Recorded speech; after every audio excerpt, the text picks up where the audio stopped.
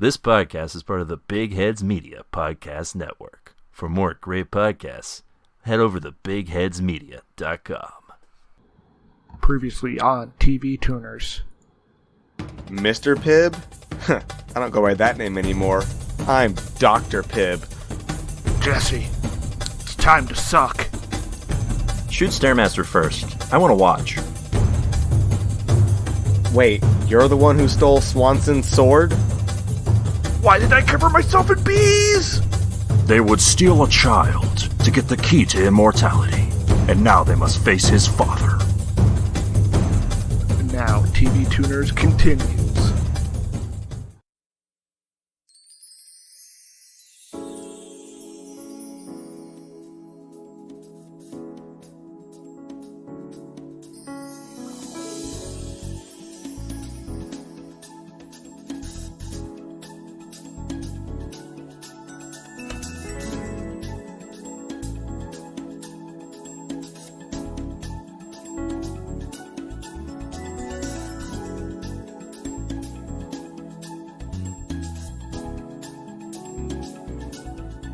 Hi there, folks, and welcome to TV Tuners. It's the television podcast for the true fanatics. That's It's a right. weekly dive in the latest in TV news and reviews. I'm your host, Swanson. What? With me, as always, is my co-host and kid who got run over, Stairmaster. Yeah, that's about right. You were like enjoying a good bike ride. It's more like Yeah, a lot of like No! because the scene goes on for like 15 minutes. Look, they couldn't have conveyed it in like 2 minutes. It had to take like an excruciatingly long time till we were in it with the characters. Of Well, course. okay, Ryan, if they had cut it down to 2 minutes, the runtime of the episode would be like 40 minutes long. Can't have Yeah, that. people would be pissed. Yeah. Yeah, they could have like, I don't know. They would have wasted time establishing the relationship between father and son if they did that.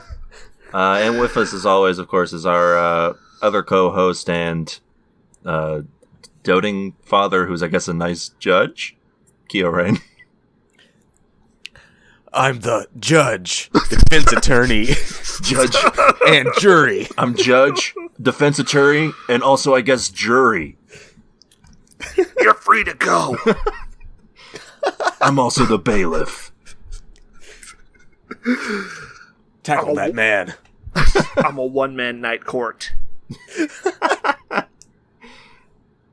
I would watch that. Except during the day. I would watch the version of this show that is just like he's a superhero who does all of the court stuff. Oh my god.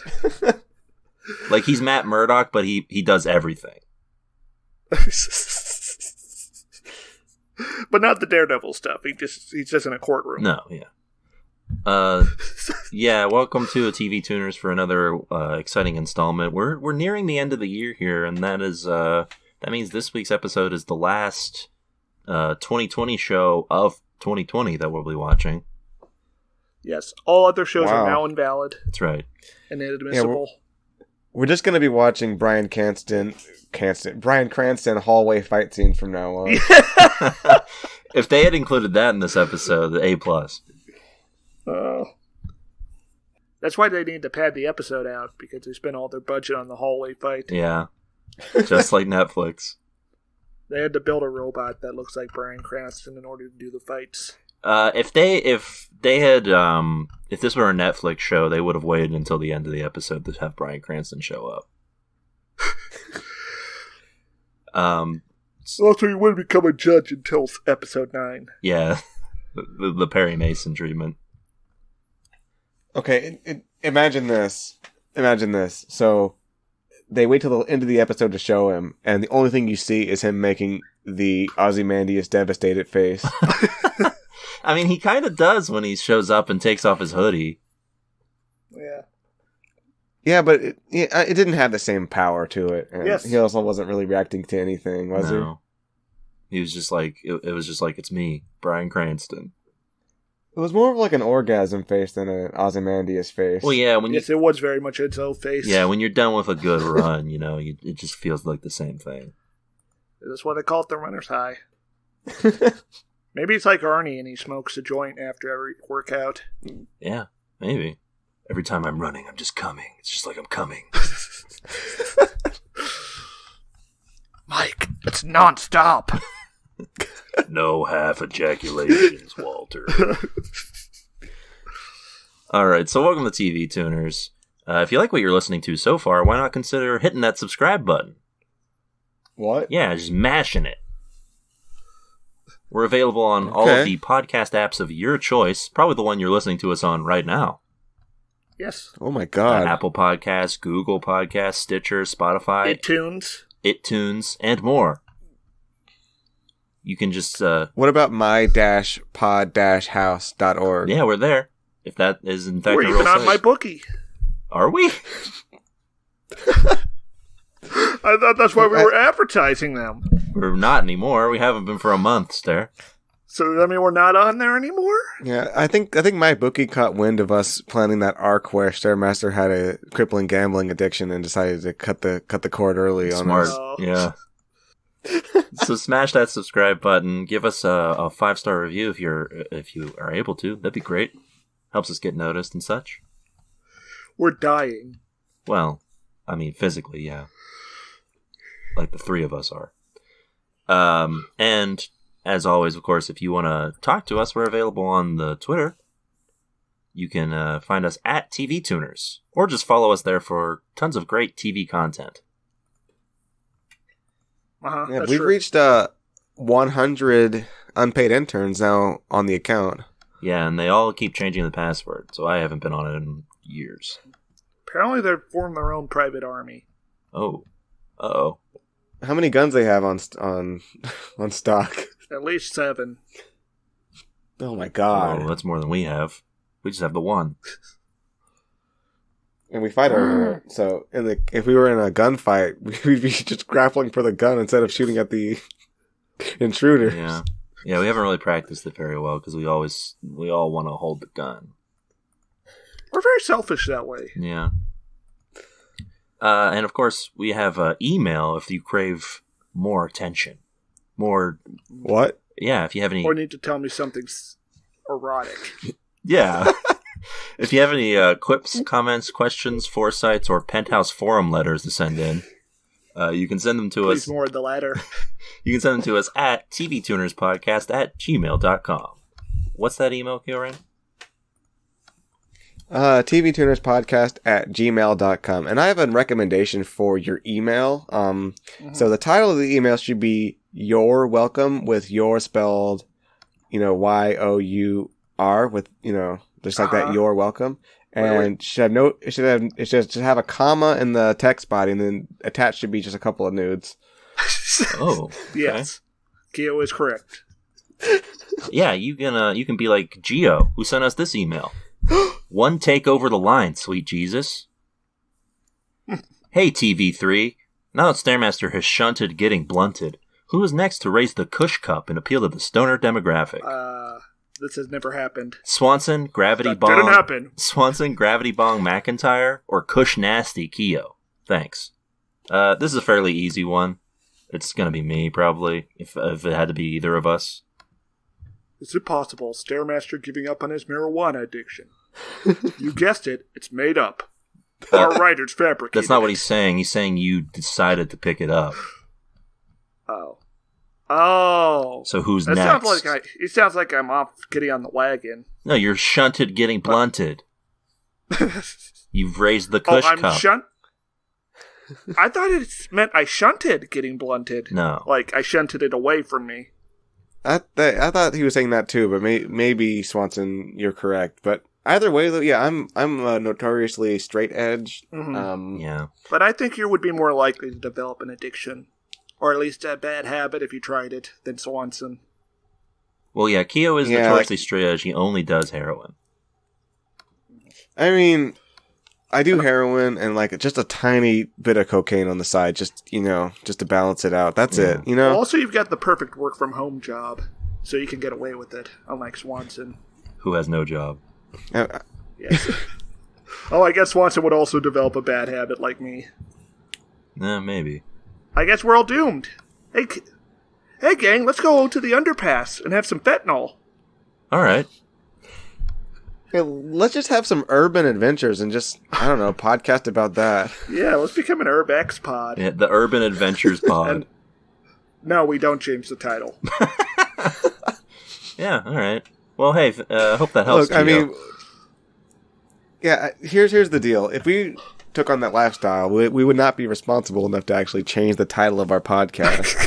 Wow, you think that urban exploration dudes are a bunch of bums or something? Well, in our case, we would be. Yeah. They would say, look at those TV tuners, bums. I mean, we would not be exploring, we would be adventuring. We'd be by squatting. by adventuring, I mean we would be living in an abandoned building trying to get drugs. Yeah, that's my dream. Yeah, that makes sense. All right. Well, thank you for that, Gio. Hopefully we answered your question satisfactorily. I can't wait for the TV Tuners Underground nightclub.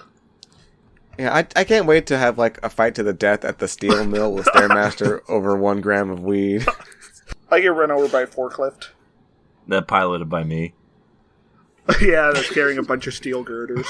So I guess it's like a giant forklift. And like me and Keo feel really bad, but we do still take the drugs. And nobody's Yeah, watching because this happened at the same time as the Super Bowl. Yeah, like Swanson comes out of the forklift and he tries to administer CPR, and he's like, oh my god, I'm so sorry. Oh my god. Oh my god. Yeah, and Swanson's like, good night, sweet prince, and kisses him on the forehead. And he picks up the weed. Yeah. Yeah, and then Keo just shoots you. We were trying to get that Super Bowl on the Super Bowl, if you know what I'm saying. Yeah. Anyway, so yeah, that's tvtunerspodcast@gmail.com for all of your email needs. Let's get to the tweet of the week, huh, sir? Yes. This tweet of the week comes from user Paul Yarbles, who writes, Bryan Cranston promotes anti-white narratives. Fuck him and fuck Showtime. Oh. Interesting. I wonder how many episodes in this was, because the episode we watched, Yeah, racist against Italians. Oh, yeah? Yeah. Did he think... Huh. I really wish I knew what There's no follow-up. I wish I knew what the expansion on this was. His Twitter profile says, I was born on Earth and ate food and breathed air and observed and grew in many ways. He has 33 following and 9 followers. I would say the last part is not true. Not true. Mr. Yarbles. Can you imagine though if literally Bryan Cranston, aka Your Honor, decided that they were a crime family just because they were Italian? That'd be based. I'd love to see that. Okay, so his pinned tweet is, the end game of the Democratic Party is an America with heterosexual white men having fewer rights than others. Good. So do we think he's a bot? I think maybe. I think he's just probably a fascist. I think he's just a crazy guy. So yes. I don't think he has many friends either. Aren't fascists pretty, like, on average, not doing too well? Yeah. He does have a tweet from August 15th that says, yes, I am being a bit bawdy. He's also got one in response to Cory Booker. Write a book about your struggle, Cory. You can call it My Struggle. I'm sure it'll be a bestseller. Yeah. That's a... Okay. Yeah. You have 3 choices. 1, Globo Homo. 2, Islam. Yes. 3, Yes. Nationalism/populism. To where will each choice lead us? What are the pluses and minuses of each? This has no responses. Has chosen all 3 of those. I'm close to choosing all 3 of them. Anyway, there's nothing about this show or Bryan Cranston that, to my knowledge, is anti-white. Yeah, I would argue it's anti-black. Yes, very much so. Given how often the only black literal black planet. Yeah. The only black character who Also, has like a speaking lines is Clay Davis from The Wire. And he has 2 lines. Oh yeah, that. Yeah, I'm going to tune out on this bad boy. Also, this is set in New Orleans, one of the most black cities in America. Yes. Criminally black, as that one documentary guy would say. Yeah. I tune out, lads. Yeah, I'm going to have to tune out. All right. Sorry, Yarbles or whatever your name is. Gobbles? Yeah. That's been Tweet of the Week. Apologies. A rousing success. Let's move on to the Rabble, huh? Oh. That's right. Everyone's favorite segment. The Rabble is a segment here on the show where we give you a little taste of what others think of the program that we're talking about this week before you get our official TV tuner's opinion. Even though we usually hint at it very strongly. Well, yeah, but you don't get the full throttle. Mm-hmm. This is like the difference between the fried chicken and the popcorn chicken. Pretty much, yeah. So you get not only IMDb reviews, but critics' reviews from Rotten Tomatoes. So I guess it's both punching up and down. So I guess it evens out. The fact that we call it the Rabble kind of suggests that we are kind of punching down. Well, it depends on where you think we are in terms of IMDb reviews and critics. We're not punching. I mean, IMDb encourages this in the first place by asking to say if the review's helpful or not. Very true. All we're saying is whether or not the review is helpful. That's true. And usually it is not. Yeah, and here's one that's not helpful from user Killer Das, who writes, "Good, 6 out of 10. Good acting from boy. 3 out of 32 found this helpful. Was this review helpful? Decide to vote." So did he just type a whole bunch of stuff? Yeah. Yeah. Are all of his reviews like that? Oh. Because if all of their reviews aren't like that, then I'm going to be concerned that they had a stroke. No, they're not. Yeah? It appears he has written 2 other reviews, and they do not seem to have any strokes in them. Yeah, that seems like it. And they're both they're both movies about the war in Iraq. Okay, so obviously the easy joke here, is this person had a stroke. I have a better joke here. Working hard. A better idea of what I think happened. They have an orgasm. That wasn't my idea, but yeah, maybe the show was that good. But it's a 6 out of 10. Yes, it's 6 out of 10. Well, yeah, I guess that's the thing. Yeah, that sort of ruins that because if the person had an orgasm, then they probably would have just given it the full 10 out of 10. No, my thought was they typed up this review, or they were starting to on their phone, and then they dropped their phone, and it landed in between the seat cushions on their couch. Oh. And then it hit. They're trying to fish it out. Yeah, and then when it hit send, they hit send when getting it back up, and they can't figure out how to delete it. Yeah, that was a review. All right, it's time for mine. Okay. Yeah, sure. Mine is an 8 out of 10, and it's written by Terry LaRosa, and it's titled, "In no universe would a stranger put their mouth on another stranger." Warning, spoilers. Uh-oh. In no universe. The text continues from the title, whose own mouth was full of blood. Even before the current pandemic. That scene was ludicrous, beyond unbelievable. And he was still breathing to boot. Why not have him do CPR once he actually expired? Oh, that does bring up an interesting point. So, besides... Yeah. That show is good. Besides that, the show is good. Tense, well acted, and has a good plot. Plus, it has Cranston. But no one would put their own lips on another's filled with blood and being a stranger. Not true. Vampires. Yeah, vampires would eat that shit up. 21 out of 39 found this helpful. Oh. So there's 21 people out of 39 who agree that this is what would happen. This is what they would do in this situation. They'd go, ugh. No, they disagree that they... Or, yeah, they agree they would leave him to die? Yes, I'm assuming. Anyways, yeah, that raises... he raises a point about being in the time of COVID. I think the show might have been better if it had been a period piece. Well, all shows are period pieces now, unless they directly say, "Wow, it sure has been weird how an entire year has been eaten up by a pandemic."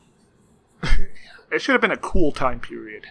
Oh yeah, that's what I'm saying. Imagine like 70s New Orleans as a period setting for this, or even the 80s. Yeah, that would be cool. It would make the Judge seem more like radical if he was like this in the 80s. Yeah, our expectations were so much lower back then. Yeah.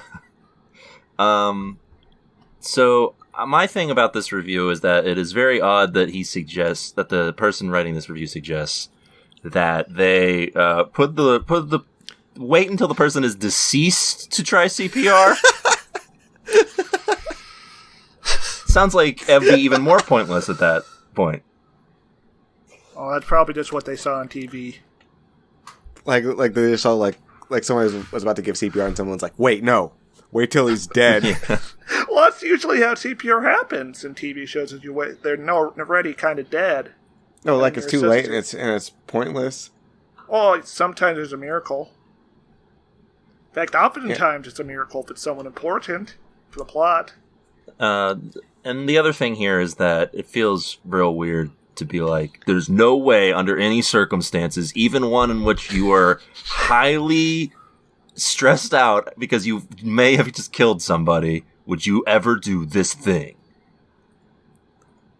Yeah, I think that's one of the most believable things that happened there was that he tried to save him. Yeah. I like to think I would try to save someone I ran over. I mean, if only because if they die, then your prison sentence gets longer, I think. Yeah, at that point, it's mostly just self-preservation. So yeah, I'll go here with the. I guess I'm the only one left. I'll give you the critics' reviews now from Rotten Tomatoes, starting with this negative review. This negative review from Ben Travers of IndieWire, who writes, "It feels like we're wallowing in misery that no one has to go through, and the effect isn't thrilling, but dreadful. Perhaps later episodes will find stronger footing, but for now, don't worry about it." This is a C rating. Don't worry about it. Is that what we should say about TV shows we don't like? Don't worry about it. Forget about it. Like, it's gonna be okay. This show didn't actually happen, guys. Hey, Paulie, this show's fucking garbage. No, the way I interpret it is that he's not saying that the show's bad, but that the show will upset you, so don't... Whatever happened to shows like Dallas? All I want to do is... And Hogan's Heroes? All I want to do is watch some Nazis get clonked upside the head, huh? Maybe they dig a tunnel. And now I've got a doozy of a positive one here. This is from Hannah Brown of Jerusalem Post. Uh-oh. This high-level remake, with so many names from television's A-list, both in front of and behind the camera, is further evidence, if any were needed, of the long reach of Israeli television. Here we go. Phrasing. So this is something I was going to wait to reveal until I found this review. Which is that this is a remake of an Israeli show. Like Homeland. That's right. Also, I don't know who else is A-list in this show other than Cranston. Clay Davis. Clay Davis is not an A-list actor. He's a national treasure. That's an A tier. I would argue Cranston isn't even an A-list actor. It's movies. Yeah, it's close, but like I don't think being in movies makes you A-list immediately. I don't know. For me, an A-list actor is like someone who is, if you said their name to people, they would know who that is. So I guess maybe Cranston is. I mean, he's like, you can put him in a role and it immediately has gravitas. Look at Godzilla. Yeah. Like, he's got some serious power, acting power. Being a good actor is not the same thing as being an A-lister, though. Yeah, A-listers are like instantly noticeable. So I guess the question is Cranston, if I said to like 1 out of 10, like how many out of 10 people would know who Bryan Cranston was just on the street? In America? Yeah. Probably 5. I'd say probably 3. 3 out of 10. I feel like you would have to add, like, the Breaking Bad guy, and then they would know who you're talking about. Or the Malcolm in the Middle guy. Yeah. That guy is in one scene of Saving Private Ryan. So yeah, that's it for the rabble. Stay tuned, and we'll give Rest you in our. peace, Bryan Cranston. That's right. Stay tuned, and we'll give you our official take on Your Honor later in the show. With all that out of the way, let's get to what you fellas watched this week. Anything fun, interesting? I watched the last episode of Fire Force. It was good. Did they finally learn how to live in a world without fire?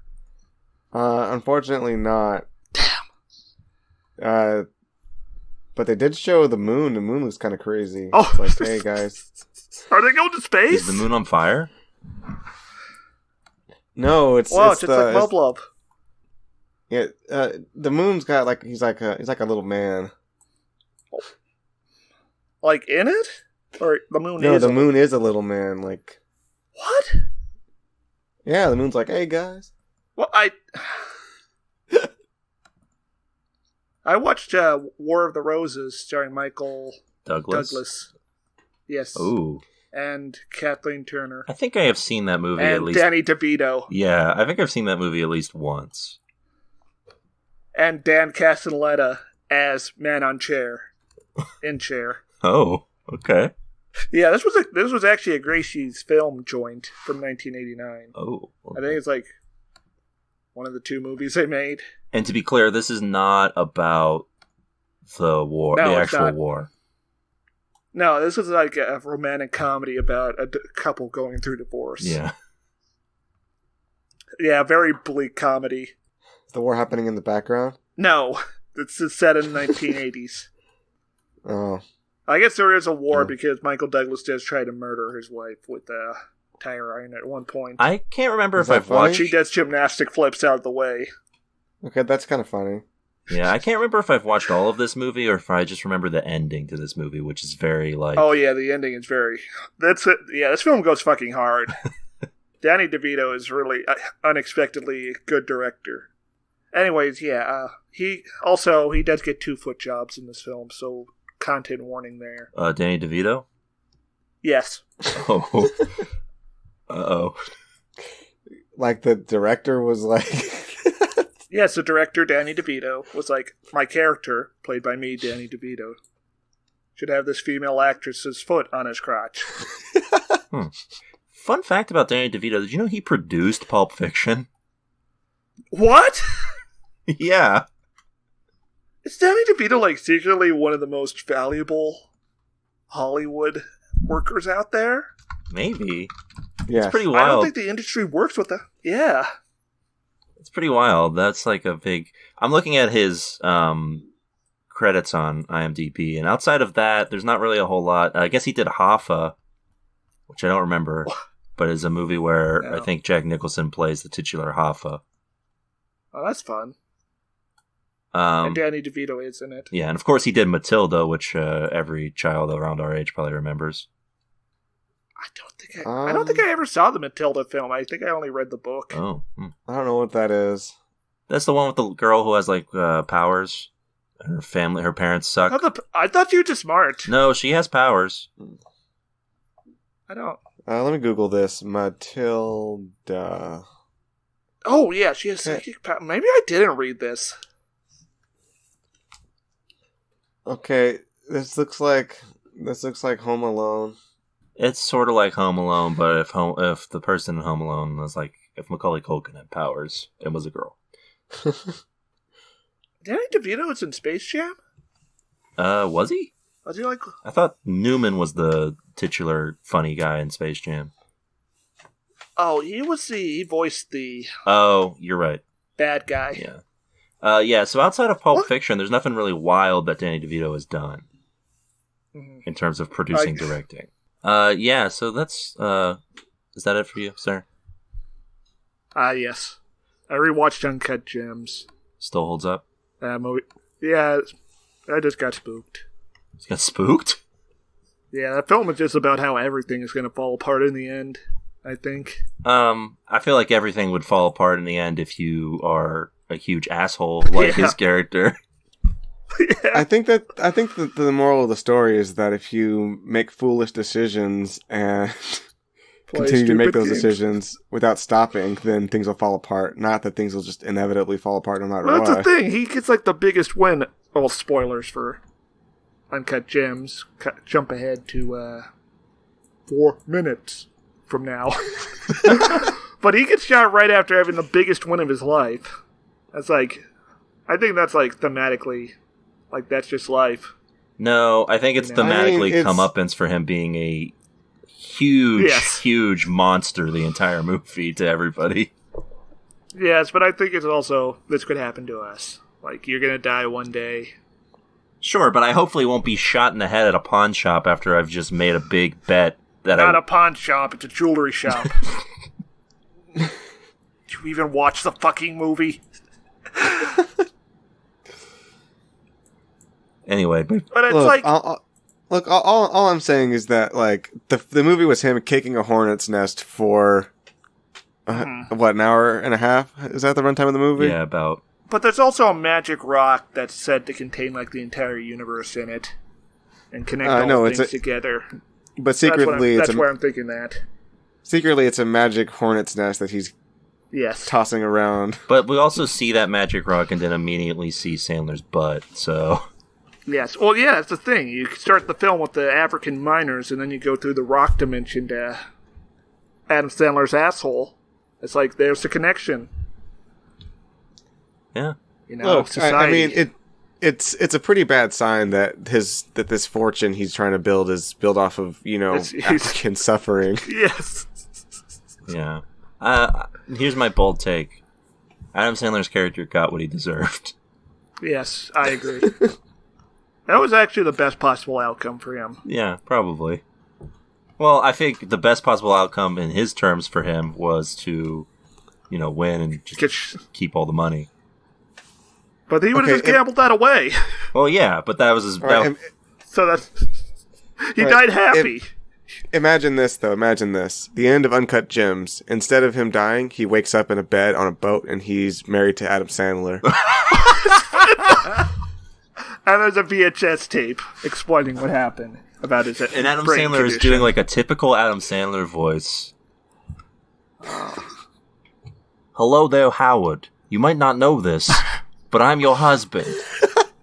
I thought you were trying to do Bernie Sanders for a second. We've been here on this fishing boat for over 3 years now. We have 2 beautiful daughters. Wow. I hope that you would join us on the deck. I gotta applaud you on your new Adam Sandler impression. That's leagues beyond the old one. Is it? The old one was a bit kind of sophomoric. Yeah, well, I guess it sounds slightly more like Adam Sandler. Yes, but it also sounds like Bernie Sanders a little bit. Well, you draw your conclusions from that. You ever consider that you've never seen Adam Sandler and Bernie Sanders in the same room? Oh, yeah, it's because Bernie Sanders is an anti-Semite. Oh. Yeah, just like Jeremy Corbyn, right? Yeah. Mm-hmm. Have you seen Jeremy Corbyn in the same room? Listen, all I'm saying is the top 1% gets all the money. Oh, no. What Adam Sandler's saying is kind of sus. Getting all the money. All the money for me. All the money. Oh, look. What I'm saying is maybe the 99% give me money too. Anyway, this week speaking of films about dumb people doing bad things. No, it's not a film, but I watched the latest season of Fargo. Finished that up. Oh.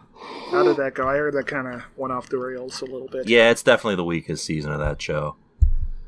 Ooh. By a country mile. I wonder if the pandemic had anything to do with that. That's something I was wondering about because it feels very rushed the last few episodes. Mm-hmm. And I think maybe the pandemic had something to do with that. It's hard to tell.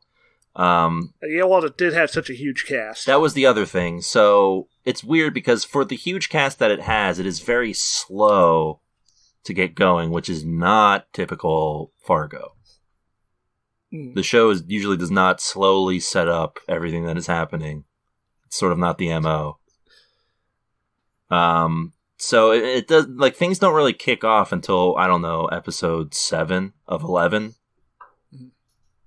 And the finale doesn't really tidy up everything in a way that is like things are tidied up and you're like, okay, that makes sense, but nothing feels satisfying. So that's a bit of a bummer.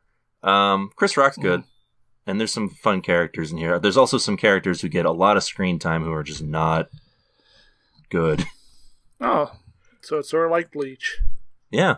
Later Bleach. Jason Schwartzman's character has like a brother who is just like, he's supposed to be mentally unstable, but he plays it so like to the over the top that it just doesn't feel like it fits in with everybody else.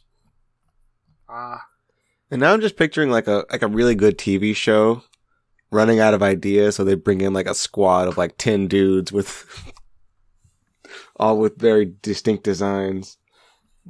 That's sort of that was sort of the season. All of these characters have like fun names and like weird and not weird designs, but like outfits that like and gimmicks. Like one character has like OCD, and that's a thing that is just sort of explained, but it's just like a gimmick that he has pretty much. They all have names like Dr. Harvard or Orietta Mayflower. They have names like Thurman Smutney. Okay, but how many of them arrived at the exact same time onto the show? Midway through the show. Yeah, they all show up about. Bankais? Oh yeah. How many Bankai? Only Chris Rock. Chris Rock's the only one with a Bankai. Oh. How many's on Paktos though?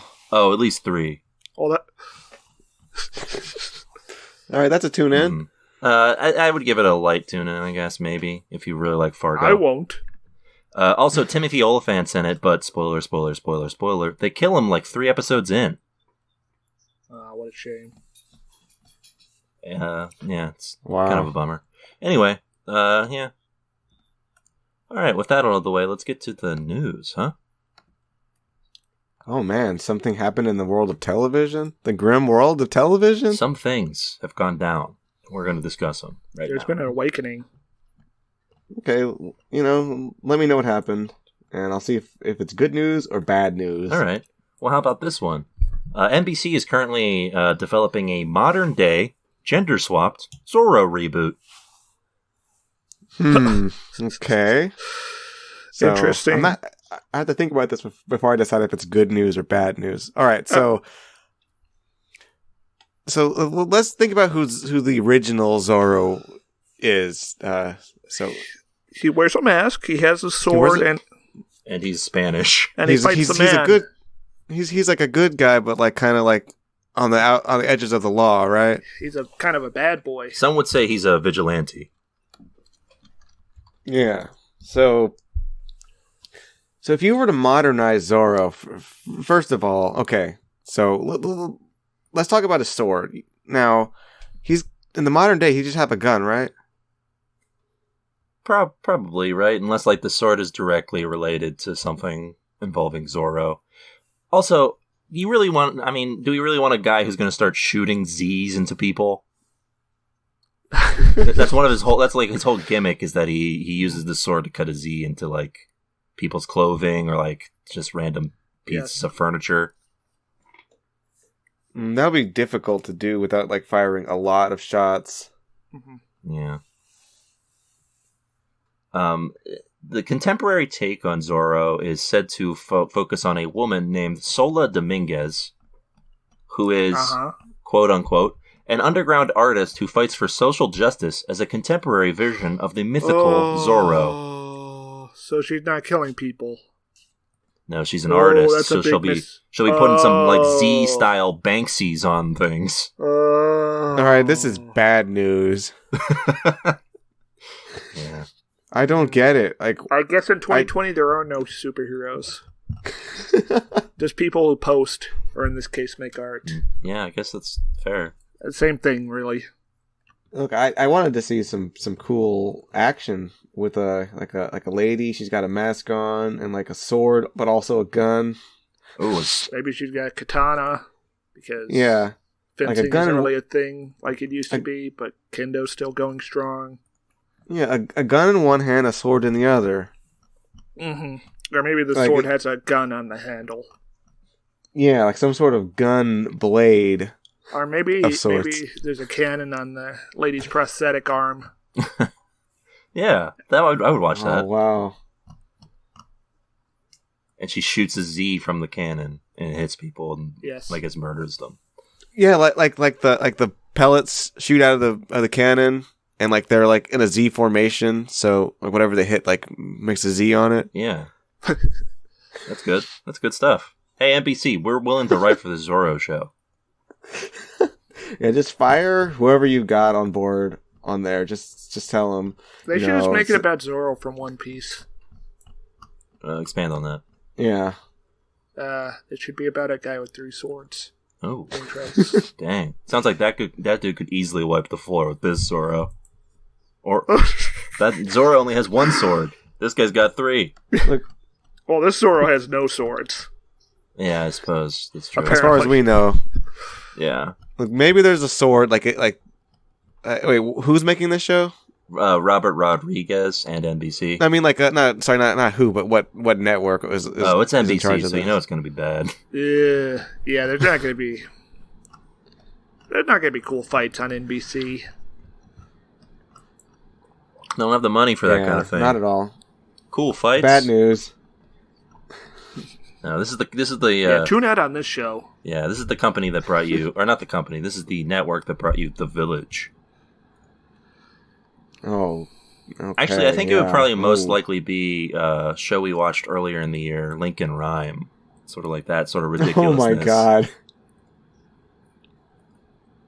Anyway, it remains to be seen exactly what Zorro's up to, but this really does sound like it belongs less on NBC and more on like the CW, right? Yeah. Or, I don't know. It sounds like nothing like what I wanted. Yeah.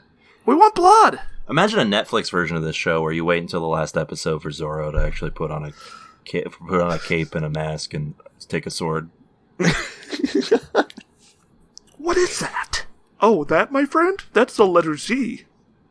It doesn't exist in the Spanish alphabet.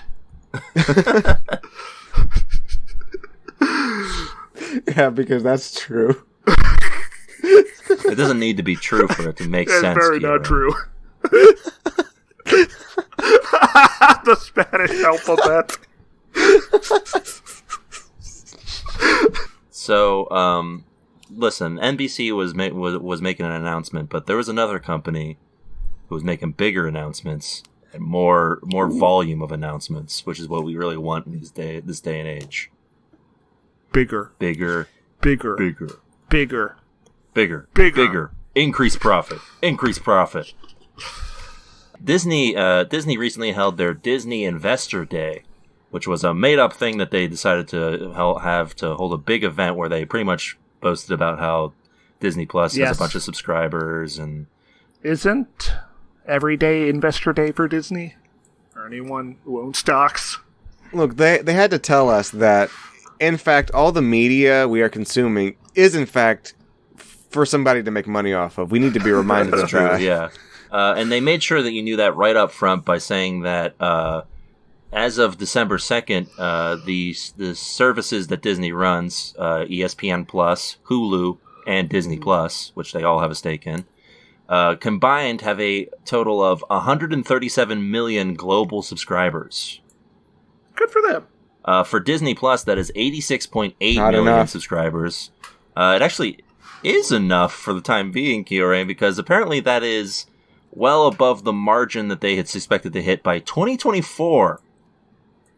Wow. So in a year, God bless COVID. In a year, they've already hit that because I guess they've just been releasing stuff that people want to watch. In my opinion, that's not enough, and I think the investors are going to be disappointed if we don't see that number tick up a little more. We need to have Disney own, I think, 100% of all media. Fellas, how much of that 186 million do you think is thanks to the stimulus check? 20%. Yeah. Yes, seems fair. That 137 million, you're kind of right there, Keo, because they did say that now they've changed their plans, and now for 2024 they're aiming for 300 to 350 million. Oh God. More than the entire population of the United States. Yeah. So they want at least the entire United States to be subscribed to this. Their end game is at least 1/6 of the human population. We're in the end game, yeah. And they didn't just come up here and say all of that without giving you something to actually want to subscribe for. Ooh, Operation Dumbo Drop 2. What do they do, Swanson? Oh, they announced stuff, Keo Rain. They announced a metric shit ton of stuff. All right, go ahead. All right.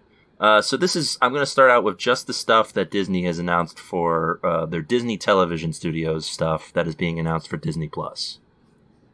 Yeah. So there's a Beauty and the Beast show. It's going to have Josh Gad, Why a everyone's show? favorite. Why a show? Why? So you can watch it. Didn't they do a movie just a few years ago? Yeah, now you can watch this one. Yeah, you need a like a show to watch, Stairmaster. Expand on that. Why? All right, so get this. All right, people like Beauty and the Beast. Yes. All right, so if you make a show about Beauty and the Beast, since people like it, then they'll watch it, and then Disney can make money from people watching the show based on something that they already like. Oh, interesting. But what if they don't want to watch more than 2 hours of Beauty and the Beast? Won't they just watch the movie instead? Since they can just get that done in one sitting. Look, they need more. They need more media. They need more of the stuff they've already watched. Because people go for what's familiar and comfortable. That's what makes the money. It's true. And as for stuff that they plan to release in 2021, there's a spin-off of The Mighty Ducks, which seems to have Emilio Estevez returning as his role from the original movie. Oh my fucking God. Did anyone watch any of those films out of their own volition? I had that forced on me. Yeah. Same. Schools had nothing better to do with their time. I think I've only seen the first one because it was just like someone was watching it and I couldn't change the channel. Somebody put The Mighty Ducks in front of me for some reason, and I didn't want to watch it. I didn't. Oh. Yeah. I didn't enjoy it. Another thing that they're planning on releasing is Turner and Hooch, the remake of a popular Tom Hanks movie. Show? Yeah, it's a popular movie about a guy and his dog. This time starring another Mastiff who is slobbery and sweet, and Josh Peck from Drake and Josh. Okay. Drake just in the news? Was he? I don't know. That's why I was asking. I don't know. I'm not sure. Doesn't matter to me. They also announced stuff for FX, which they technically own, including a new version of Alien being made by the creator of the TV version of Fargo. What? Wait, so this is like a remake of the movie? No, from 1977. Allegedly, this is going to the word of mouth is that this is going to tie Alien Covenant to the original. Although it is said to take place primarily on Earth. So, oh, so it's gonna be like Doom 2, Hell on Earth, but with aliens. Swanson, how much longer is this list of things that they're releasing gonna continue? Oh, Keo. Silly, dumb Keo. Disney announced that it has both 10 Marvel shows and 10 Star Wars shows that are in production. Wait, Swanson, I think you read that wrong. Maybe just go check that over real quick, see what the actual number is. Yeah, 10 of each. Sure. Maybe you carried 0 in the wrong place. Well, do you want to start counting when I announce these? Okay, look, I'm thinking probably what happened, Swanson, is you saw there was. Or maybe there's some specks of dust in the shape of a 0 on your screen, and instead of seeing 1, you saw 10 Star Wars shows. Yeah, clean your monitors, folks. Well, I will admit in case you have to report on the news to the public. I will admit it's a bit of a cheat because they are counting season 3 of The Mandalorian and the 10 shows. Oh. But they also announced. They also mentioned the aforementioned Obi-Wan Kenobi show will now have Hayden Christensen returning as Darth Vader / Anakin Skywalker. So I guess now he gets an opportunity to show that he can maybe act. Maybe. Not if he's wearing the Darth Vader helmet the whole time. Yeah. Maybe he'll just pull a Mandalorian and never take the helmet off. Wow. That is kind of Darth Vader's thing. He doesn't take the helmet off. Yeah, I mean, I don't know why you would cast Hayden Christensen and just have him in the helmet the whole time. I think there's going to be like a parallel storytelling thing.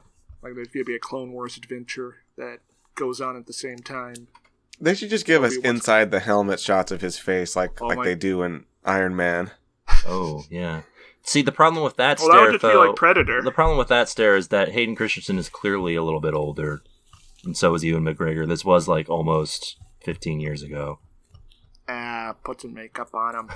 Who cares? They've also announced 2 series set in the same era as The Mandalorian. Rangers of the New Republic, which will be following, I guess, Rangers in the New Republic. That's also alleged to be where one of the characters from The Mandalorian is heading to. And also Ahsoka, which is going to be featuring fan favorite character Ahsoka Tano, and also starring Rosario Dawson. So I guess she's not canceled then. Turns out not, I guess. I don't know. I guess it's... The mouse giveth, and the mouse does not take it. Additional Star Wars shows include Andor, which is going to follow Cassian Andor from Rogue One, who is a guy I think I remember because he was played by Diego Luna. Did they just get a bunch of Star Wars characters on a board and throw darts and see which ones? Yeah, I think so. Oh no, they put the popular ones on. Oh, yeah. The board, Keo. Star Wars The Bad Batch, which is going to be an animated thing focusing on some people from the Clone Wars. Yes. Star Wars Visions, which is going to be a series of animated shorts. Lando, which is not yet said to feature Donald Glover, but hopefully will. Because otherwise, what's the fucking point? Billy D. Williams. I mean, have him do it both. Billy D. Williams does the framing device for the episodes, and then you see Donald Glover as young Lando. No, it's a prestige drama about Billy D. Williams at the top of his game in the space gas mining industry. Have him do like an Irishman deal where you see Billy D. Williams sort of just reminiscing about his life. Oh, I would fucking love that. That would be the one good use of CGI to bring back dead people from the 70s in the franchise. A droid story, which is, I guess, going to focus on C-3PO and R2-D2. And then The Acolyte, which is the only thing that sounds somewhat not a known property from people already established in the Star Wars universe, because it's going to take place in, quote-unquote, the seedier elements of the universe. I thought that was the point of The Mandalorian. Yeah, but it didn't really do that, did it? No, just family-friendly garbage. Yeah. You think this is going to be non-family friendly? I think it's going to be like the HBO Bespin, the HBO Lando show. That never happened, that you just made up in your head? Yes. No, that some fat guys in New York made up in their heads. I don't... Look, listen, fellas. Are they making too much here, guys? I think they might be making too much. I would say they haven't learned the lesson that they made from the Star Wars movies, which is let's not rush a whole bunch of stuff. And we haven't even gotten for the MCU. Here's the problem, folks. We haven't even gotten to the Marvel stuff yet. We can drop it. We're going to be talking about it one way or another, Stairmaster. So, in addition to stuff that's already been announced, like WandaVision, The Falcon and the Winter Soldier, Loki, and the animated What If, Marvel also announced that it's doing Miss Marvel, which is a Muslim character, Hawkeye, which is going to have Jeremy Renner hanging out with a female apprentice. Wait, Jeremy Renner wasn't canceled? He put a gun in his wife's mouth. Hey, listen, man, cancel culture... It doesn't exist. Isn't real. She-Hulk, which is going to have the titular She-Hulk along with Mark Ruffalo. Moon Knight. Is that going to be a procedural? I would hope so. I hope it's like a law procedural, right? 'Cause she's a lawyer. Moon Knight, which I really hope is badass and fun, but probably won't be. There's a Guardians of the Galaxy holiday special.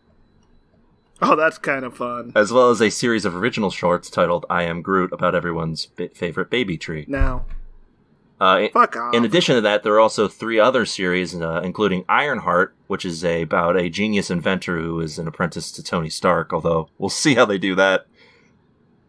And Armor Wars, which is going to star Don Cheadle as War Machine, so hopefully he does something interesting for once. That's also going to be interesting since Tony Stark is dead. Yeah. And Secret Invasion, which is going to be starring Samuel L. Jackson and I guess a bunch of aliens.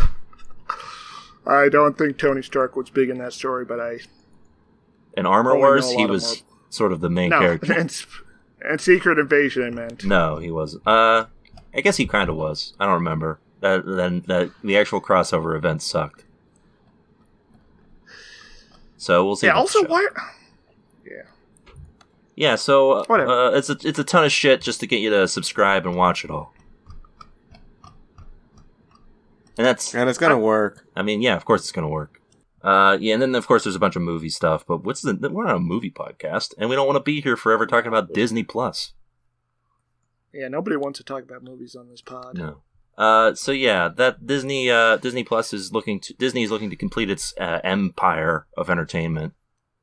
And it looks like it's found its final gem. If you want me to keep making dumb Marvel references. Now, please stop. And soon it will snap its fingers. We need to kill Walt Disney. Yeah. We do. Yeah, that's the ticket. Let's find his frozen corpse and kill it. I think he's still alive, personally. Yeah, like he's hanging out in Brazil like a wanted Nazi. Yeah. All right. Just hanging out, raking in the money. Yeah, he's living high building a robot suit. On the mouse bucks. So yeah, now it's time for Trailer Blazers. Sure. I'm sorry, please forgive me, sir. Yes, yeah, of course. Now it's time for a segment near and dear to everybody's hearts. It's Trailer Blazers. Hit the themes key, Orain. Yeah, you might be wondering why there was no traditional segue. It's not because I was rudely interrupted or anything. It's because we're still talking about Disney Plus. You watched the trailer for Loki, and he's around. He's like going on some kind of misadventures, you might call them. I'm not sure what adventure he's on, but he's on one. He's a real rascal, that Loki. He's having a regular one. Yeah. He's like running for president, I guess. Yeah, I don't know. Oh, yeah. I don't know what's going on in that last scene, but it looks like he's done some stuff. I think he's like in Norway. The impression I'm getting with all of the people around him is that he has been taking people from time and space. Sort of like a Clone High type situation. Yeah, given that it seems to be different soldiers from different eras that are around him. Anyway, from the basic setup is here, which is that he does his whole thing from Endgame of escaping and whatnot, and he gets sent to another realm, and then I guess joins some sort of. They take him to like the basement, the government or something. Yeah, maybe the mafia. Well, no, Owen Wilson just says that he works for the time and like the time something or another. Time cops. Yeah. Owen Wilson is there as a time cop, and he's like, you're a really kooky guy, Loki. You just really like to get up to... You're a wild and crazy guy. Wow, Loki, you really like to get up to some weird stuff. And Loki's like, you're right. Yeah, that's me. That's who I am. And we also... Now I'm going to take over. I think Stairmaster would be the one to notice this first. Did you get any, like, D.B. Cooper vibes from him jumping out of the plane there? A little bit. I don't know if they were going for that or what, but... Why does everyone have to leap out of planes now? It's a Marvel staple at this point. Is it because the troops do it? No, it's because they do it in every Marvel movie. They've had Iron Man, Captain America, and probably at this point Thor all jump out of planes. I think it's subliminal messaging. Maybe. Or they had him jump out of the plane and disappear so that they could say he was D.B. Cooper. Oh, man. That would be funny if it was, in fact, D.B. Cooper. The idea, yeah, I mean, that's a fun little thing there. Anyway, this... But what would he do with the money? I don't know, maybe he's getting it for somebody. It seems like the majority of this is probably going to be like him doing missions for this group or whatever, and then slowly... Yeah, I don't care. Slowly planning on turning against them or something. Anyway, yeah, it looks alright, I guess. I was done after Endgame. Yeah, a lot of people were. You got me fucked if I'm going to watch another Marvel film. Yeah, what about a TV show? Probably. Can I interest you in TV? I don't have a choice in what TV shows I watch anymore because of you. Yeah. Yeah, I was under the impression that they were just done making stuff after Endgame because, it's the Endgame. It's over. Why would they continue making more after that? It doesn't make any sense. Oh, Kioran, I don't know if you've paid attention to the last segment, but they like money. Oh, classic mistake on my part. I knew that, but it just didn't register in my brain all the way. Yeah, it turns out companies, especially like big multi-trillion-dollar companies. Yeah, ones that are encroaching on becoming a monopoly. Yeah, they love money. And that's pretty much how you get... You know who else loves money, apparently? Loki, because he's jumping out of planes to keep it. So he truly is... I wish I had money. He truly belongs in the House of Mouse. And if you want to see us jump out of a plane, you can hit us up at buymeacoffee.com. Oh, okay. Sure. And if you send us enough money, we will jump out of a plane. Yeah. And we will determine at a later date what that amount of money is. But for the cost of a coffee, we'll watch anything you put us up to. That's right. Yeah, you can you can just give us one singular coffee and pick anything of your choosing. Unless it's like pornography or racism. Debatable. We will not listen to the Turner Diary audiobook. We'll see. We might watch the Red Shoe Diaries, though, if you... Very different kind of energy there. If you got the right amount of money. If the price is right, then we will come on down in more ways than one. So that's it for Trailer Blazers. With all of that out of the way, I guess it's time for our main event this evening. We watched the show, now we're going to talk about it. Really? You think so? That's right. I'm feeling it. Your Honor follows... Is that really the story you want to stick with? Yeah, I think so. Or is that the vilest of lies? If I pass this sentence, Swanson, this boy will be thrown in a pit and murdered.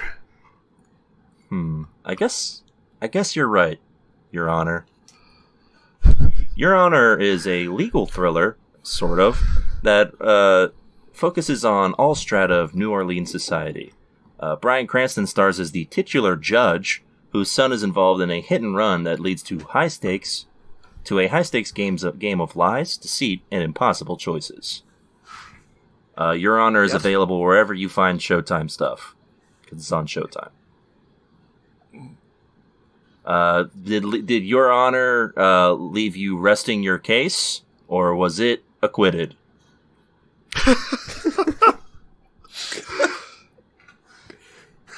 Court is now in session.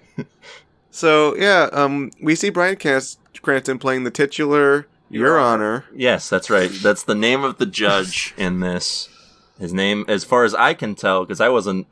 he says his name a bit, but I hell if I remember it. His name, as far as... He's the only reason...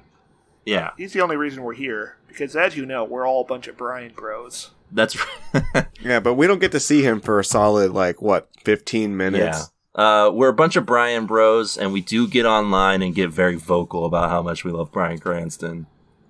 Especially the women who don't respect him. Yes. And people of color. Like, if a woman is tweeting that, Breaking Bad is okay or overrated, I get on there and I say, Bryan Cranston's the greatest of all time! And then I dox them. Yeah, and I post little emojis, which are very offensive. Yes. I post the guy with his head exploding. Like the mushroom cloud coming out of his skull. It's like, oh! Yeah, we're regular Bryan bros, just like a lot of the followers of our podcast, because we have a big Bryan bros following.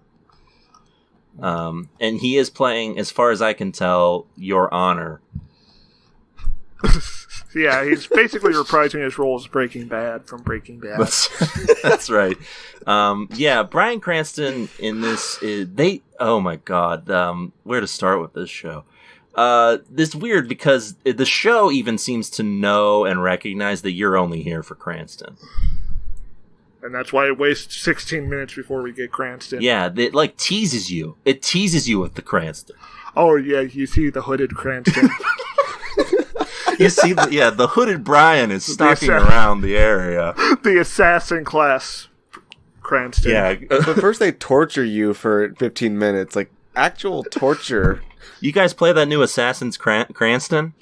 Great game. Assassin's Cranston Odyssey. Just imagine seeing Cranston jump out of a building and land safely into a hay bale. Imagine Cranston slitting anyone's throat. Oh, Bryan Cranston was in Drive. Yeah. That was he had a big role in that. Oh, yeah. Did he kill? Good role. No, he got killed. Oh. It's very sad. Yes. Rest in peace. When I watched it, I cried when he died. He was sort of like a Howie without the ability to gamble good figure. Just kind of sad and pathetic. So yeah, the show sort of intercuts between Bryan Cranston pulling a Rocky and sort of just running all over the town. It's set in New Orleans in modern day, allegedly. And intercut between Bryan Cranston running around is this kid who's just sort of going about his day. Having sex. Yeah. Saying hello to his dog. Taking a picture of a woman and then setting it at a bodega. Yeah. Just a normal, also everyday stuff. Did that all happen because the first 10 minutes did not catch my attention very well? Yeah, that's all actual stuff that kid actually does.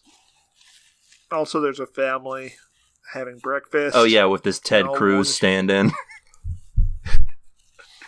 I don't know, the guy sort of looked like Ted Cruz. That's all I got going for him. Yeah, it's like this. Also, the kid looks like who would play Swanson in his Hollywood biopic. And he ends up how I'll probably die.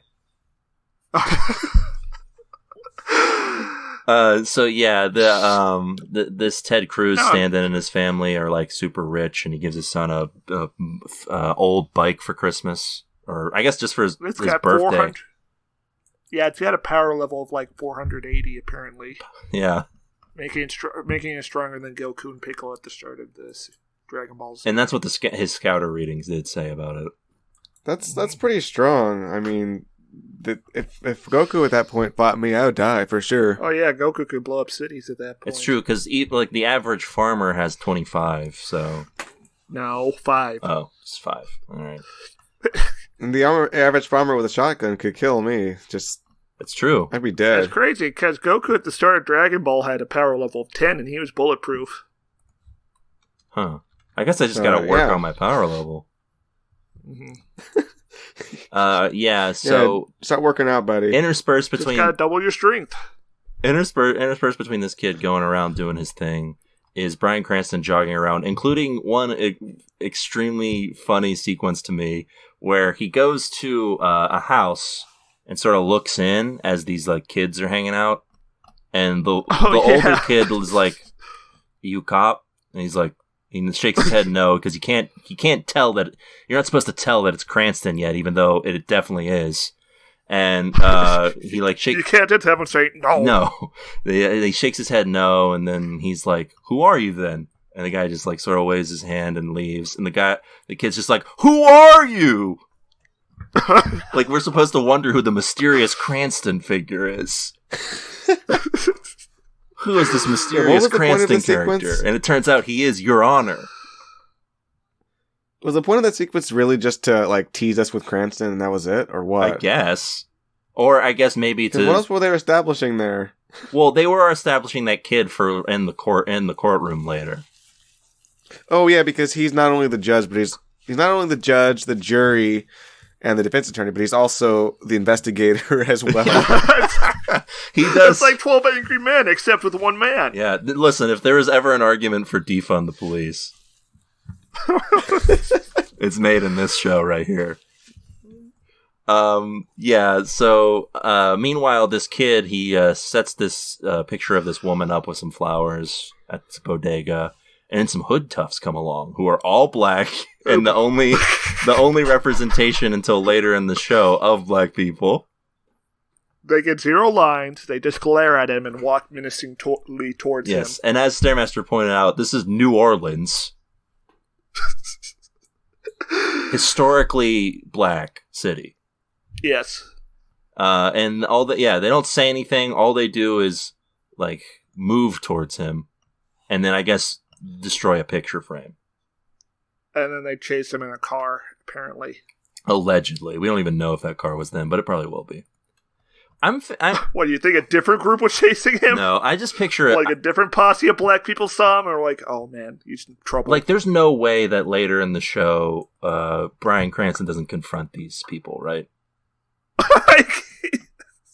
And he just murders them to show how badass he is. Yeah, this show's a mini series of like 9 or 10 episodes, so I imagine what they're going to do is go through all 5 seasons of Breaking Bad in those 10 episodes. So by the middle, he has to already be in the phrase... that would be really badass. So yeah, by the middle, he already has to be ready to run over people with a car and say, "Run!" Wow, that's just like how Gundam Wing did Char's entire character arc from the Universal Century in 150 episodes. Yeah. Only, this is less episodes. Yeah, and nobody's wearing masks. Well, yeah, this is clearly in some haven that is not our 2020. Yes. They need to cast, like, Jake Gyllenhaal as, like, the rival judge who's always trying to get ahead of Brian. And he wears a mask for some reason. I think you mean Your Honor. Yeah, Your Honor. Sorry. Yeah, that would be nice. This kid is obviously freaked out. He also needs to get his inhaler, but he drops it. So there's like there's like a series of convenient things that make it like very hard for him to be watching to the road. And so he hits this kid who... You should have turned on his hazard lights. Yeah. Yeah. Oh, yeah. Maybe. That's what they're for. That would have solved everything. So he hits this kid on a bike, and he gets thrashed real good. This scene... He wasn't wearing a helmet, was he? He was. He was. But he still dies of a horrific head injury. Because he hit the curb. So what's the point? A helmet's not going to protect your neck from hitting the curb, my man. The helmet went flying off. Also, one of his shoes, apparently. Which did you guys notice that the shoe was still there later? The cops didn't pick that up. I did notice that his leg was almost severed. Yes, it was broken so hard. It's like fucking Saw shit. I know. Like it goes on for 10 minutes too. Like, that's not hyperbole. This is... Yeah, right? Yeah, I'm not even being hyperbolic. The scene goes on. The scene is dragged out. Yeah, it's just 10 minutes of him reacting to the fact he accidentally ended life. Yeah. So, like, he gets out after, like, freaking out. This kid is not looking good. There's blood all over the place. He tries to give him the aforementioned CPR, touching his lips to to a stranger's lips. And it doesn't work. Doesn't work, fella. Instead, this kid just spurts blood all over him and then continues to just gurgle. His kiss is not on my list. No. In fact, I would say that Hall & Oates were thinking of the exact opposite when they wrote that song. Mm-hmm. Yeah, this is just so drawn out to the point of it being like, I don't know what message you can possibly send to me other than, this is horrifying, right? And like, yeah, but I don't think you need to make it last 10 minutes. Like, I guess I sort of get what you're going for, but come on. Like, yeah, maybe you should have gone for hyper-realism instead of realism. Even if you wanted to do all of the blood gurgling and stuff, do we need the extra minute and a half of him crawling to the car to get his inhaler? Yeah, just do it like The Fugitive did. Where you just see, like, the little vignettes, and it's kind of shot in a dreamlike way. Yeah. No, you have to see every moment of it so that you're there with this kid. I think the most unbelievable thing about this is that no other cars pull up. Oh no, this is like in the Third Old City from Bleach. It's like a dilapidated, Yeah. If you're interested in what that's about, check out our Bleach cast. Yeah, like, this is, no one shows up, and it's like, it's all happening in what seems to be real time, so 10 minutes go by of no cars. Yeah, nobody apparently heard that or anything. No. No witnesses, fellas. Maybe there was a witness, but they just haven't shown up yet. Who knows? Also, They were important just plot point. Watching from afar. Important plot point, he does call 911, but his phone is cracked, so they can't track him. And he's got an asthma attack, so he can't talk to the phone. Wait, they can't track you if your phone's cracked? According to this show. Is that the explanation? That's how it works. I don't think... Well, they said that... I think they're setting it up for them to be able to do all of that stuff, but I don't know. No, the operator's like, where are you? If you're in the city, press any number on your keypad. Oh, yeah, I guess that's true. I don't know. Unless the 911 responder was lying. And he's like driving around with the phone for a long period of time. Yeah, well, I mean, listen, I guess I sort of understand the kid's panic, so he's probably not thinking about throwing away the phone until later. Also, that is going to be like his name is going to be on that cell phone number, like the phone company and whatnot. Yeah. We'll see how in-depth this... Well, we won't, but spoilers. But, you know, maybe the show goes in-depth and makes this long, drawn-out sequence worth it. Like maybe there's like a camera or something that caught it. Maybe it could be like The Wire Season 3. Yeah. Where it's just all about how to wiretap cell phones. My personal fic, that dog that they keep cutting to is going to be a major witness. Hey, was that his phone or the kid's phone who died? It was the kid's phone who died. Oh. Okay, yeah. Yeah, so, because they keep cutting to this dog, and the dog doesn't do anything, it's just watching. So I'm assuming it comes back. Chekhov's dog. Well, the dog grabs a bit of evidence. Or no, the dog was there to feast on his bones. Oh, yeah. Sorry, I was thinking of a different dog. No, yeah, you're thinking of the other dog that they keep cutting away to. Which is the Cranston dog. Yeah, your honor's dog. Yeah. The Cranston. Yeah, what's up with the dog that, like, comes to eat the blood? I guess it was a feral dog. Yeah, I don't know. I mean, I guess it was a wait, bad but it area. had, like, a collar on, didn't it? Did it? Maybe. I don't know. But either way, was that just like to build the like develop the environment, or just they thought that was an interesting image? I really don't know. Or what? Because they really love cutting the dogs in this show. It's like they were just filming B-roll of dogs for another show, and then that show didn't pan out, so they were just like, well, might as well put it in this one. Showtime presents All Dogs Go to Heaven 2020. Oh, can you imagine a live-action version of that? Who would play the dogs? Me? Danny DeVito.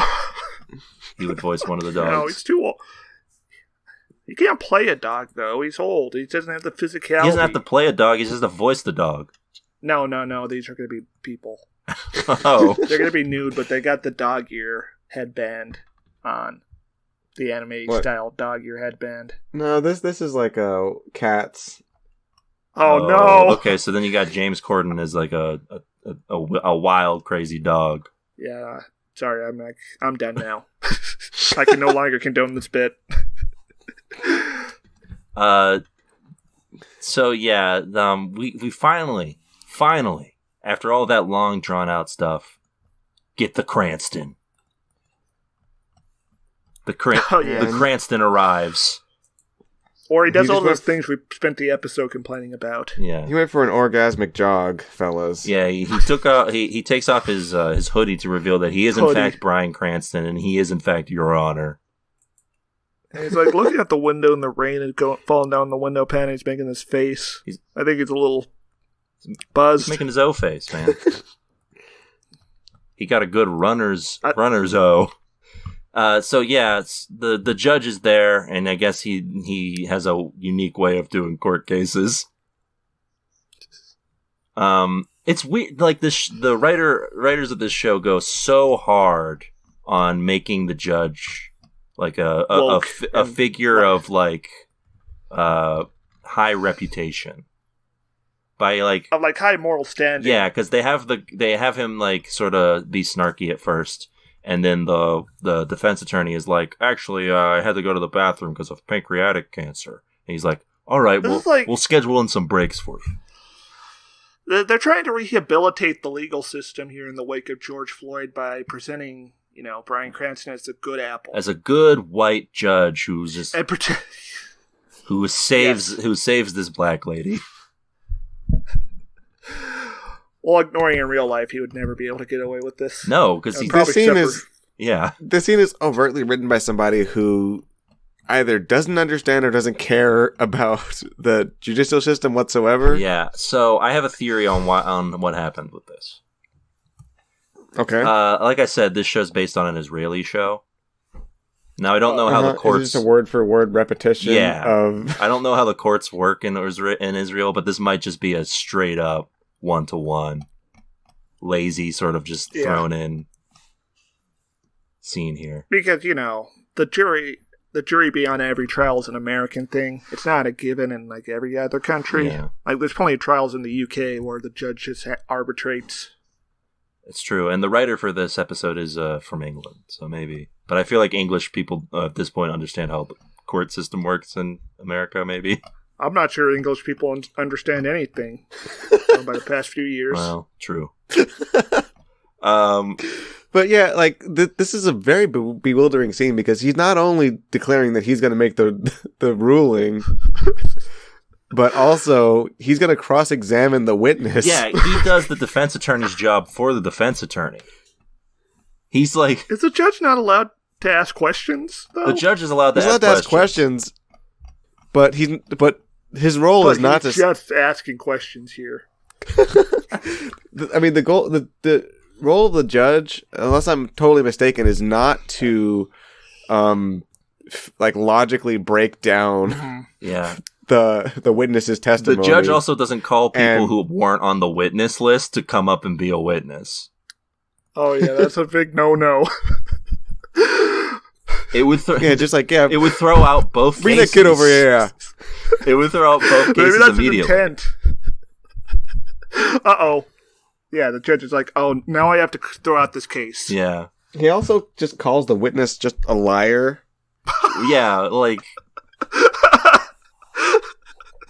like, imagine the prosecutor just being like, I would like to have the judge's comments strict from the record. Like, none of it makes... It's like if you watched one episode of Better Call Saul and then took nothing away from it. About how legal systems work in America. Everyone is Saul in 2020. Well, especially, probably lawyers at this point. Is this... So, after this, we get the only appearance of Clay Davis in this episode. Isaiah Whitlock Jr. Bryan Yes, who's Your Honor's friend, who's running for office. Yeah, and I'm sure... I assume it's sheriff or something. Yeah, I don't know. They don't specify the office. I'm assuming it's going to be something that'll play in later because he's a main cast member, according to Wikipedia. But state senator. Maybe. Who knows? But yeah, they have a fun little scene here, and it made me think of a better possible show, which is just them being like buddy cops. Not even buddy cops, just them solving like cases together. Since this judge can apparently just go and do all of the other casework.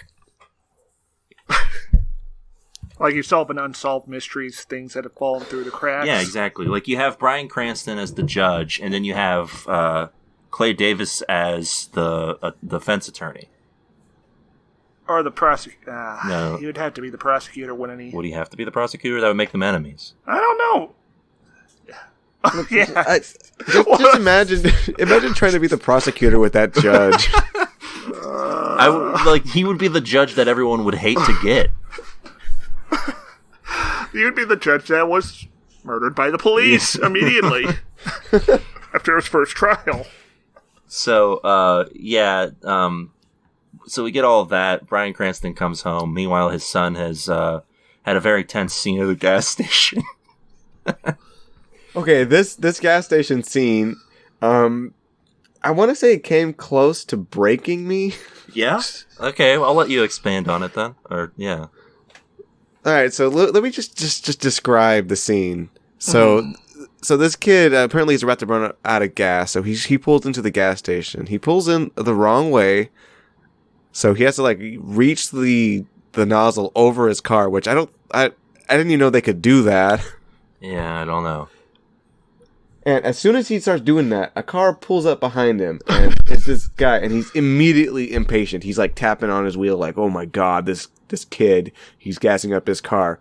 And this gas station is empty. This gas station is like only the kid pulled in there, and the guy pulled in behind him, and he's like super impatient immediately. And then like he what half a minute passes by, and like he's done gassing up his car, and he picks up his phone, and the guy's like, "Hey, you're done gassing up. Get out of here." Oh, Keo, not everyone in America is as polite and patient as the people who live in Los Angeles. Notoriously, yeah. Like, was that his lucky gas station stall? Yeah. Hey, this is where I get my morning fill up. Hey, that's the only one that works. I'm from Louisiana. Hey. The hurricanes flooded the other ones. So, what we get here is just like a series of fuck-ups that this kid does.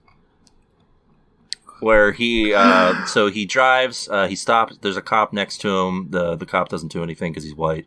So he drives away. He's on his break. Yeah. Probably. He goes home, throws his stuff in the dryer or the washer, washes his shoes, then causes the washer to flood or something, and just like a series of chronic mess ups that this kid is doing that I'm sure are all going to come into play. He's doing a really bad job disposing of evidence. Yeah. He's just making every mistake you could make. And so Cranston comes home, and that is when he starts doing the heavy lifting here of the acting. Yes. And perhaps to him. Yeah, he's really trying. He puts the work in. He gets over. Yeah, like he's maybe he is perhaps the only person trying in this show. Because the writers aren't, the direction is literally, there's nothing, this is like the most ho-hum direction that you could. I guess the guy playing the kid is meeting expectations. That's true, yeah, he's doing the deal. Especially for a kid this seems to be like his breakout role, I guess. Yeah, he's not doing bad at all. I mean, it was he acted convincingly. It wasn't like amazing, obviously, but like I believe it wasn't like I didn't believe him. I believe that he was having both an asthma attack and a panic attack. So yeah, Cranston does a lot of the heavy lifting here. He mentions point blank that his mom died, and this is the anniversary. So then, that's like Bleach. Yeah. The kid reveals that he did do the hit and run. His dad is Cranston. You can see like the gears turning in Cranston's head, which is a good mark of an actor here. Like the moment that he reveals that he left before the ambulances came. Yeah, and didn't. He's like, "Oh God, my son's going to prison. Both our lives are ruined now." So Cranston, well, no, he still plans on turning his kid in. He hasn't done. That's why his life's ruined. Well, his life probably won't be ruined at all. He's a highly respected judge. No, I think having your boy go to prison is going to ruin your life. Yeah, if you're a judge, it might. There's a scene where he breaks down and cries and stuff, and Cranston's he's doing all the work. The problem is, I don't buy the last third of what happens in this. Go on. So they get to the deal here. They get to the police precinct, and he says, "Let me go in, talk to them before we get you all sorted out." He goes in there and he sees the parents of the kid. Yes, Italian people. Yeah, he sees some Italians crying. He sees the parents of the dead kid crying and makes a realization. And then he goes to the car and like the Walter White switch just flips. Yes. And suddenly he is like, "Get in the car." I think that might just be Bryan Cranston being a victim of his own success. Well, at any time he's serious, we think of... No, because even in the story, though, this is when he essentially breaks bad. Oh, yeah, I guess. He does commit a crime, technically speaking, before getting rid of evidence. Yeah. He does commit a crime. What would that be? Obstruction? Yes. Yes, but... He explains his rationale. You can make it's a just moral like, argument. You can make a yeah. That son is going to face far worse a penalty from the punish revenge that the mafia enacts on him. Yeah, but he's also a judge. He couldn't work in any favors to make sure his son doesn't die in jail. Instead, he has to break the law immediately. Yeah. He immediately cuts to breaking the law. This guy, like, is apparently a highly respected and, like, sought-after judge who also... Well, the problem is The problem is we don't see any mafia stuff prior to this, so we don't know what the stakes are. Yeah, because all we have to go off of is his speech. They want it to be a twist, I think. And I guess it sort of works, because I did think that it was not a twist. It was just kind of offhandedly revealed. Yeah, Bryan Cranston just like, oh, hey, it's that guy. No, Bryan Cranston... That's the problem. Yeah, Bryan Cranston says it to his son, that this is a mafia boss. Yes, and that's the problem. We should see that guy doing mafia stuff.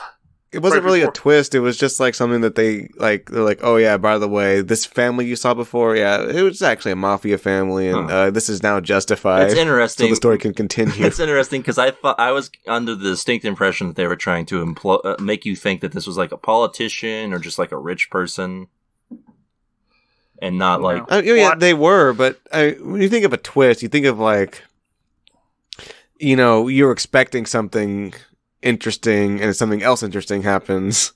In this case, it was something boring. Yeah. But yeah, it was a revelation, but I don't know if I'd call it a twist. It was just like, oh, that's a development that they didn't build up at all. Yeah, show the dad killing someone before he goes to have breakfast with his family.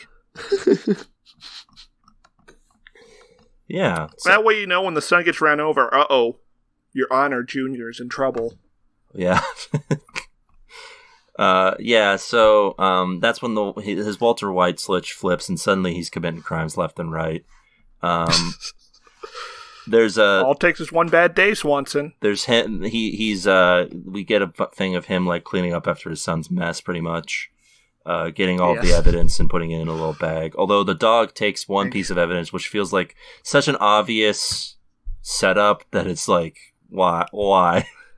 He didn't notice the dog was out with him and took something? Dogs can be very quiet. Yeah, why did he bring the dog with him at all? Like, is the dog able to roam? The dog just lives out there. It's an out front dog? On a street? They have a doggy door.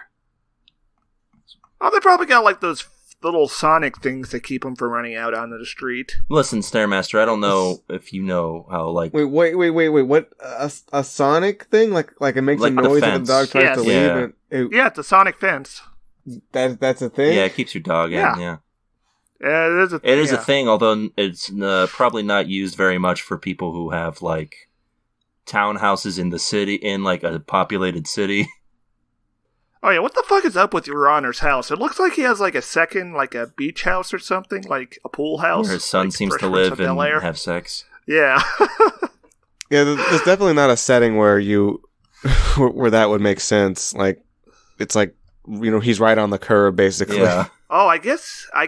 Wow, he's just like Philip Banks from Fresh Prince of Bel-Air. No, who was also a judge at one point. No, I think Philip Banks had a way bigger house. Just from the pictures. Yeah, but they both had pool houses. And their sons both had sex. In them. Well, yes. Together. In this case, I'm counting Will Smith as his real son. There's also another bit here that I thought was fun, which is that they have, I guess it's a popular news story that this crime boss's son got murdered. Oh, yeah, you can do like is this going to result in a huge mob war? Find out at 5. Well, the funny thing is that the news reporters ask him questions, and then he's just like, hey, listen, we're going to find who did this, and we're going to get him. And they just air it on the news. It seems odd. Yeah, I mean, it was convincingly ominous, though, I guess. Yeah. Like, just making threats on the news, that's usually the president's job. Also, why is there a white crime leader in New Orleans in 2020? Yeah. So yeah, we get a scene here of Cranston's throwing away the evidence, and the police conveniently show up. Like immediately. Oh yeah, I like this bit. I was fine with it. It was whatever. It was a good bit, but it was a little like convenient that the cop showed up at that exact time. Yeah, unless it's gonna like somehow play a part later, I just feel like it was unnecessary. Oh yeah, now everyone's gonna think he has to go to the bathroom every 15 minutes, and he's gonna have to. It's gonna be like 24. Yeah. So I mean, listen, it showed us Bryan Cranston peeing on a bridge, so I guess I can't complain. Oh, pretending to pee. No, he was pissing. That was piss coming out. I did not say pee. Stairmaster, he pissed on the bridge. It was real. It happened. It's real. It's historical. I think the cop would have gotten out and said, "What the fuck are you doing? There's no piss there." The cop looking for pee. Yeah, he would have looked for that evidence. Irate. So why are you lying to me about urine, buddy? Hey, listen, I'm not trying to take no lie. I'm not trying to take no piss lies from no piss ant. And then he beats him up. Imagine if the cop killed Bryan Cranston there. Interesting show. Don't think I would watch any more. Did you know that there was an Italian mafia in New Orleans that was investigated as part of the Kennedy assassination? Oh, interesting. No. Maybe it was I this didn't guy. know this. Thank you. Yeah, they had connections to both Lee Harvey Oswald and Jack Ruby. Huh. Oh, same. Something to think about. Yeah, so Cranston goes home and watches Shawshank with his son, as dads do. And we sort of get like a long shot of him just trying to think everything through. Also, we get an ending bit here with the crime dad and his wife showing up, and they seem to do a more thorough search than the cops did of the area, because they find the inhaler. A crucial piece of evidence. Yeah, I would say that. Well, I don't think the cops are going to try really hard in this case. To be fair. I think this is the kind of case the cops will be all over. Yeah, apparently since the media is all over the place and the commissioner, I guess, has to be like, no media. I don't want them to get word of this yet. Oh, apparently this Italian mafia was allegedly connected to Jimmy Hoffa as well. Yeah. That's New Orleans mafia. Wow. Wow. The more you know. So do you think Your Honor, not Walter White, do you think Your Honor is going to uncover Hoffa? I think there's going to be a crossover with The Irishman. Oh, yeah. Yeah, he's going to see the door left open and he's going to creak it open. And there's going to be De Niro in his wheelchair. Who, if you had to put Bryan Cranston in a role that isn't Robert De Niro in The Irishman, where do you put him? As the big ears guy who does the Bay of Pigs. Yeah. All right. Yeah, asked and answered. And that's pretty much the end of that episode. I guess you could put a bald cap on him and have him play Lyndon B. Johnson. Oh. That might be fun. Yeah. If you could do an accent, I mean. Didn't he already do Lyndon B. Johnson? Maybe. I think he did. When was this? I'm pretty sure he did a movie where he played Lyndon Johnson. Lyndon B. Johnson. It wasn't to be exact. It definitely wasn't LBJ. No. Maybe I'm thinking of Trumbo. That was a totally different thing. I know he played like Buzz Aldrin in that HBO show about the space program. Oh yeah, no. All the Way is a 2016 biographical television drama film based on events during the presidency of Lyndon B. Johnson. And it's Bryan Cranston. Sorry, Bryan Cranston as Lyndon B. Johnson. Yeah. It also came out the same year as LBJ. Very odd. Apparently. Really like LBJ-oriented year that was. Yeah, we were real big on LBJ and his big hog. Well, it was cool how he tried to do something about racism, I guess. Yeah, that was cool. Sort of begrudgingly did it, but still. So yeah, that's about it for this one. Final thoughts? I mean, for all of its flaws, it did entertain me after the first 15 minutes. It was like, Cranston doing his thing. When Your Honor's on screen, my ass is in the seat. Yeah, but what about when he's not in there? Oh, no. Yeah. Yeah, that's my problem right there. As much as Cranston tries to carry this bad boy, there's just nothing else. It's very heavy for him to carry. Yeah. Maybe it picks up once other characters get introduced. Who knows? It's very possible. It just feels like this was a lot of setup and but not actually setting up much. It's better than The Undoing. That's for sure. In terms of first episodes. Yeah. That said, I'm still probably going to give this a 2 out. Sorry, Brian Bros. I'm intrigued enough to watch another episode just to see, so I'm going to give it a light tune in. I think I'm in the same boat. Oh. Tune in. Wow. All right. I'll probably watch episode 2 and see if it's any better. All right. Well, that's a tune in for Your Honor. And that's about it for this week's episode of the show. Mm-hmm. We'll be back. But if you want more, we do a second episode. What? Yeah. Stay tuned later in the week for Bleachcast. We're nearing the end of that, but we're powering through the Soul Society arc. And then after that, we'll get on to your request from the Buy Me a Coffee page. That's right. Oh, wow. And if you want to make a request, of course, that is TV Tuners, or Buy Me a Coffee /TV Tuners. And I love it when Swanson messes up. I love it when he bails. And with all that out of the way, that's it. Bye, everybody. Bye-bye. See you next week. Farewell. It's over. Goodbye. And thank you very much. I found him. Hey, folks. It's time for the TV Tuners Denver Fact of the Week. Did you know that Stairmaster was involved in not 1, not 2, not 3, not 4, not 5, not 6, but 7 hit and runs? I actually did see a car accident and drove past one time. This was when I met the recruiter to join the Navy. So in retrospect, I think it was a sign from God that I was making a mistake.